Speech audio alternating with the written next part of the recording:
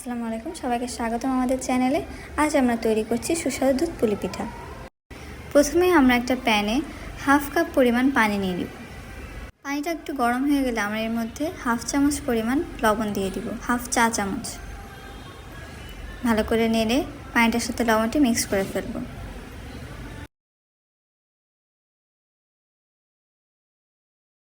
পানিটা যখন ফুটা শুরু করবে তখন আমরা এর মধ্যে 1 কাপ পরিমাণ চালের গুঁড়া নিয়ে নেব।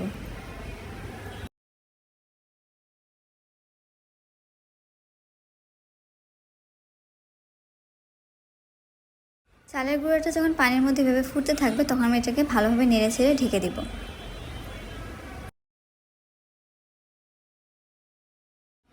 নাড়াচাড়া করতে করতে যখন এটা ভালোভাবে পানি আর আটাটা যেটা চালের গুঁড়ো ওটা যখন মিক্সড হয়ে যাবে তখন এটা নামিয়ে ফেলতে হবে। এটা বারবারই নাড়তে হবে যাতে ভালোভাবে পানিটার সাথে চালের গুঁড়োটা মিক্সড হয়ে যায়।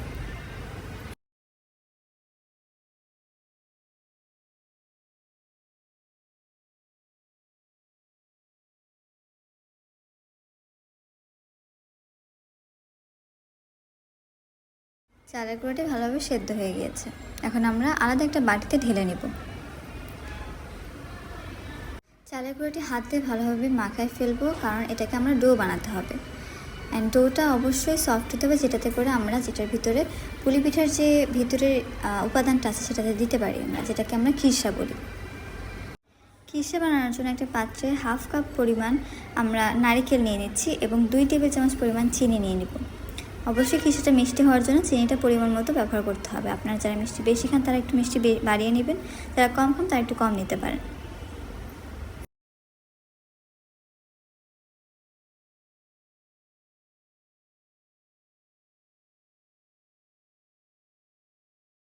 দেখতে পাচ্ছেন চিনিটা গলে এখন পানি পানি হয়ে গিয়েছে। এখন আমরা যতক্ষণ পর্যন্ত এই চিনিটা নারকেলের সাথে না মিশে যাচ্ছে ওয়েট করব। চিনিটা নারকেলের সাথে মিশে যাওয়ার পর আমাদের কাছে রেডি করা বা কেনা একটা খিরসার মিক্স ছিল, যেটা আমরা এটার ভিতরে দিয়ে দিব। ওই খিরসা মিক্সটা নারকেল ছিল না বোধহয়, আমরা নারকেলটা অ্যাড করছি। এগুলো ভালোভাবে করে নাড়াচাড়া করে নিতে হবে যাতে খিরসাটা সুন্দরভাবে হয়ে যায় এবং নারকেলটাও খিরসার সাথে ভালোভাবে মিক্সড হয়ে যায়।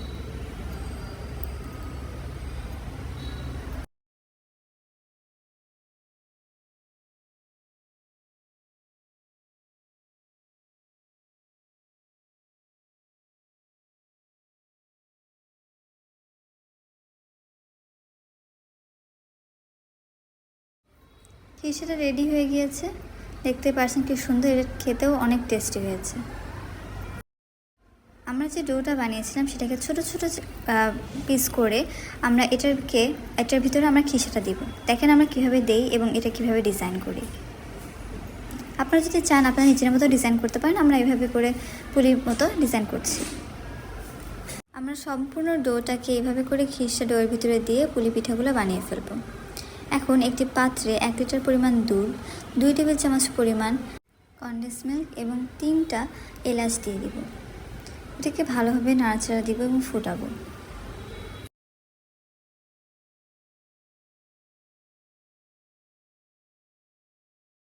এখন দুধটা যখন হালকা গরম হয়ে যাবে 2 টেবিল চামচ পরিমাণ চিনি দিয়ে দিব।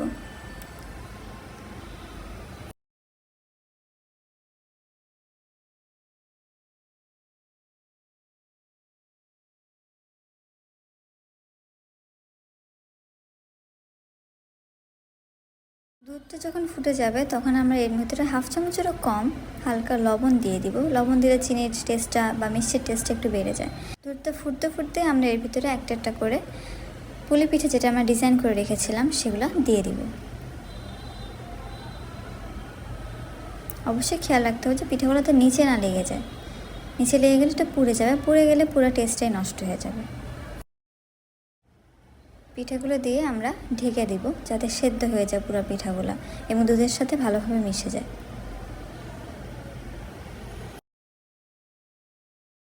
আমাদের দুধ পুলি পিঠা রেডি হয়ে গিয়েছে। আশা করি আপনাদের আমাদের ভিডিওটি ভালো লেগেছে। ভালো লাগলে অবশ্যই লাইক, শেয়ার এবং সাবস্ক্রাইব করে পাশে থাকবেন।